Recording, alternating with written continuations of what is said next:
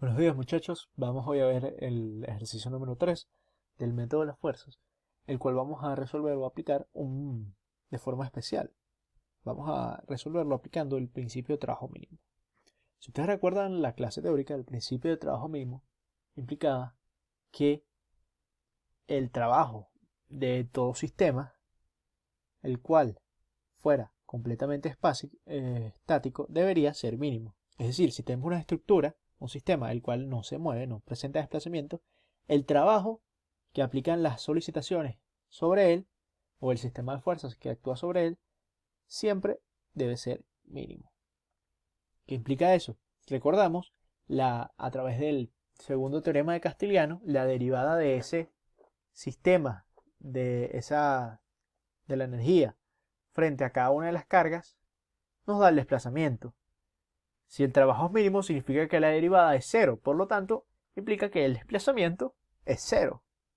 Eso significa que si se tiene un sistema, una estructura sobre el que actúa un sistema de fuerzas, la energía total de deformación de esa estructura debe ser mínima, de tal forma de que no se produzcan desplazamientos en ningún punto donde existen las redundantes hiperestáticas, es decir, en las bases de la estructura. Vamos a ver cómo aplicamos eso a un ejercicio práctico. Tenemos entonces la siguiente estructura, donde vemos que tenemos dos barras AB y BC y un cuerpo rígido, básicamente una cercha, formada por CDE. ¿Qué ocurre aquí? Bueno, ya que como siempre despreciamos deformaciones axiales y fuerzas cortantes, en realidad la cercha no vamos a tener que calcular nada, porque solo existen sobre ella fuerzas axiales. Vean que no hay ninguna solicitación sobre ella, sino solo actúa una carga puntual en el nodo D. Por lo tanto, se comporta como una cercha donde solo actúan fuerzas axiales. Luego, solo nos van a interesar el E por I de AB y de BC, por eso solo nos dan el E por I de esas dos barras. Si aplicamos el método de la fuerza, recuerden que todo esto es método de la fuerza es igual, entonces lo primero que tenemos que hacer es saber cuán hiperestática es nuestra estructura para poder determinar dónde están esos grados de hiperestaticidad. Es decir, paso número 1, calcular grados de hiperestaticidad, de eso nunca nos salvaremos.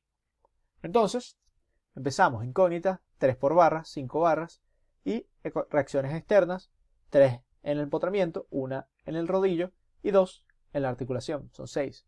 Por lo tanto, incógnitas 21. Ecuaciones 3 por nodo, hasta el nodo E son 5 nodos, y ecuaciones adicionales por vínculos internos. En este nodo en esta articulación existen 3 barras, por lo tanto, 2 ecuaciones adicionales.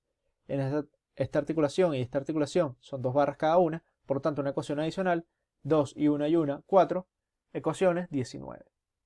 Grados de hiperestaticidad, 21 menos 19, 2 grados de hiperestaticidad son 2 reacciones hiperestáticas que son desconocidas. ¿Qué implica eso?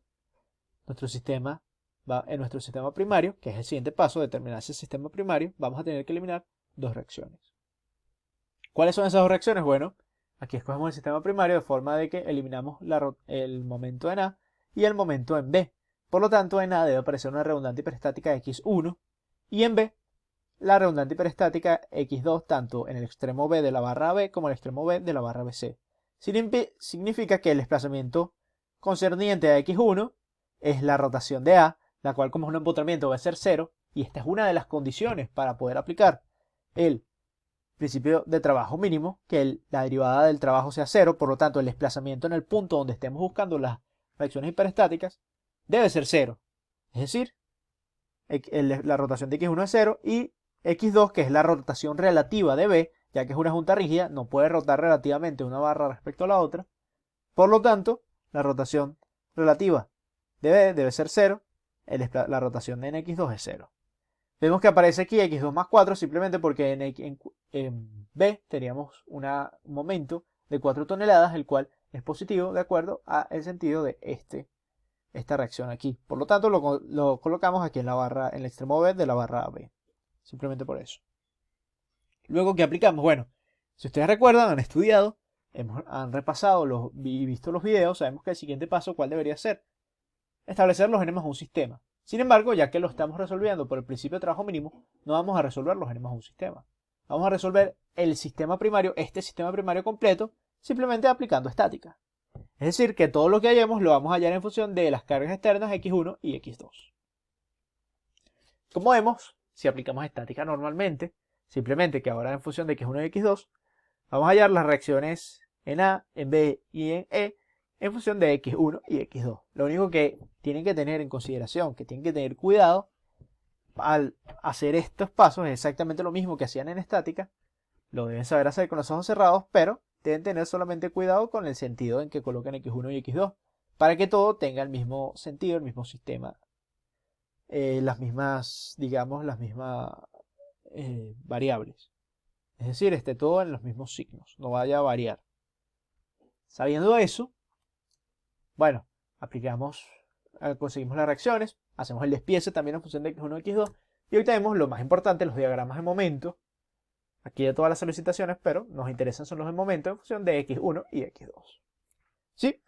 Como vemos, y algo que ustedes tienen que tener en consideración, tal vez esto que les voy a decir no sea lo más obvio para ustedes ahora, pero a medida que avancen, que practiquen, se van a dar cuenta que de una vez aquí nos está revelando cuál es la importancia o el peso de cada una de nuestras redundantes en los diagramas de solicitaciones finales de la estructura. Vemos que x2 está en función, es 1/8 de x2, el peso en la barra B para el momento, menos 1/8 de x1. El signo simplemente viene del sentido, pero el peso es 1/8 y las cargas externas son 4 entre 8.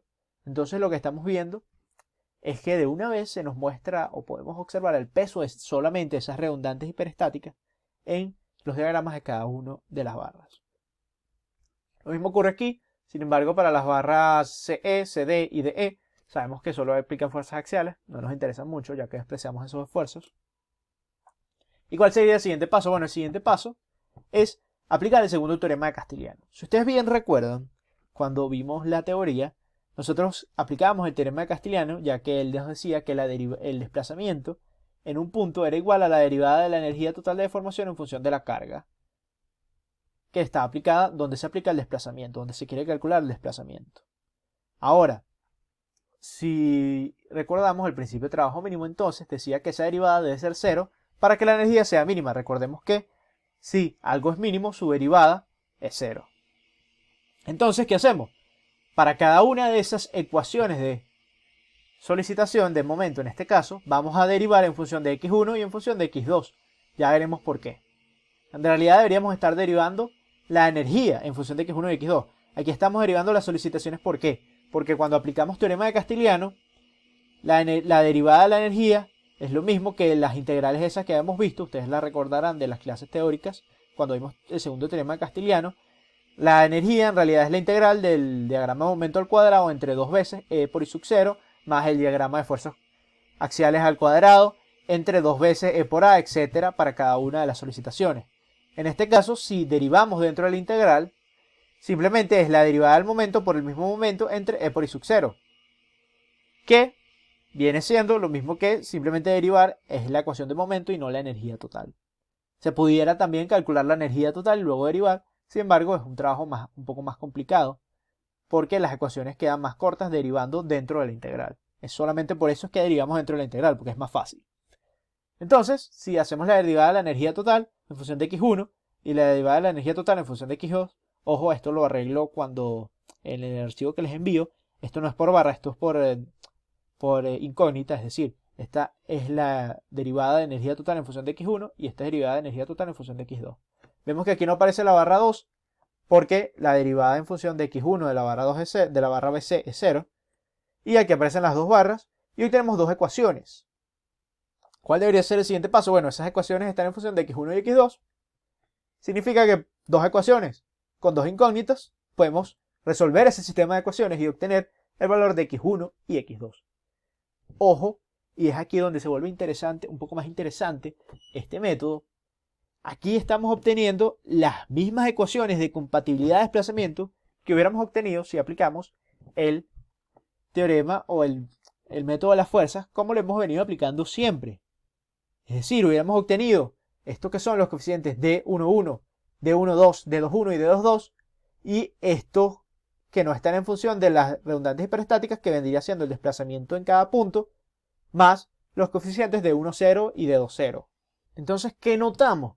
Estos son exactamente las mismas ecuaciones de compatibilidad de desplazamiento, las ecuaciones de Moore, esas que obteníamos aplicando el método, simplemente nuestro método de la fuerza. Y vemos que otra vez es simétrico con respecto a la diagonal principal. Esto sería el de 1, 1, de 2, 1, de 1, 2 y de 2, 2. ¿Sí? Recordemos que este vendría siendo el desplazamiento en el punto número 2 cuando se aplica la redundante hiperestática número 1, el desplazamiento en el punto número 1 cuando se aplica la redundante hiperestática número 2, y ellos deberían ser iguales, vean, 2 tercios, y aquí 2 tercios.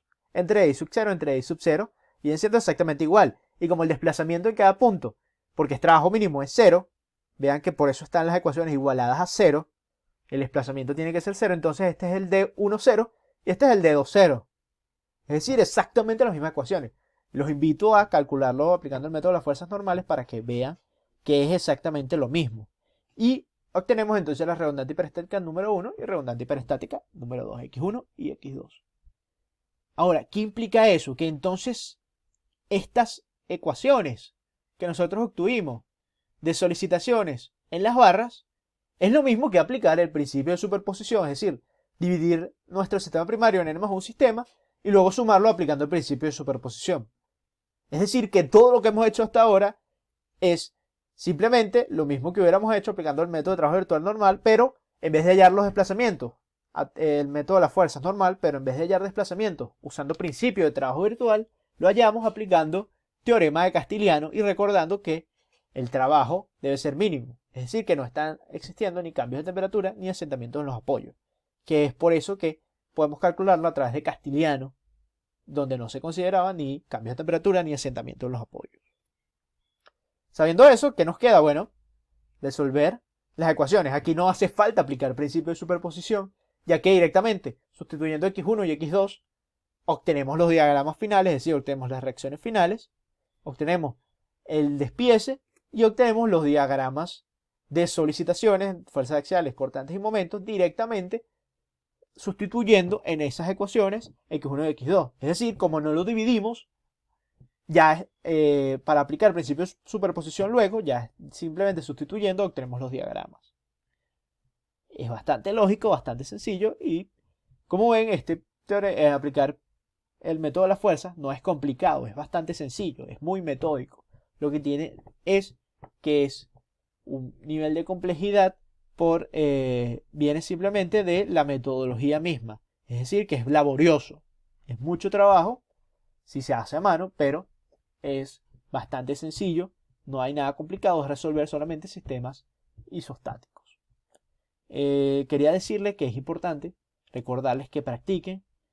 Pueden practicar haciendo los ejercicios del Glüssinger por su propia cuenta, estos mismos ejercicios por su propia cuenta, cambiando el punto donde están aplicando la redundante hiperestática, etc. Pero es importante que practiquen.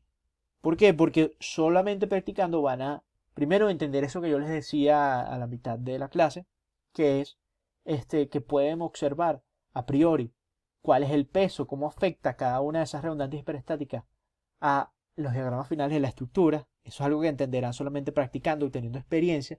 Y que practicar, aparte que les da experiencia, les da la sensibilidad para ustedes poder entender cómo en general las cargas afectan a cada tipo de estructura y entender a obtener cada uno su propia forma de resolver estructuras. No todo el mundo vea las estructuras de la misma forma, no todo el mundo resuelve estos tipos de ejercicios de la misma forma. Y es importante que ustedes encuentren la forma, el modo en que se sientan más cómodos, el que sea mejor para ustedes y el que les permita, obviamente, aparte de realizar el examen en el menor tiempo, ya que el examen está hecho para esas personas que estudiaron y que han practicado, es también para ustedes poder a lo largo de su carrera obtener bases para entender cómo afecta las cargas a las solicitaciones de la estructura y luego cuando vean las materias de diseño, cómo diseñar, cómo estructurar, cómo crear esa estructura que se ajuste mejor a esas cargas, que trabaje mejor. Entonces es fundamental que ustedes practicando tengan esto como base. Esto al final en toda la carrera es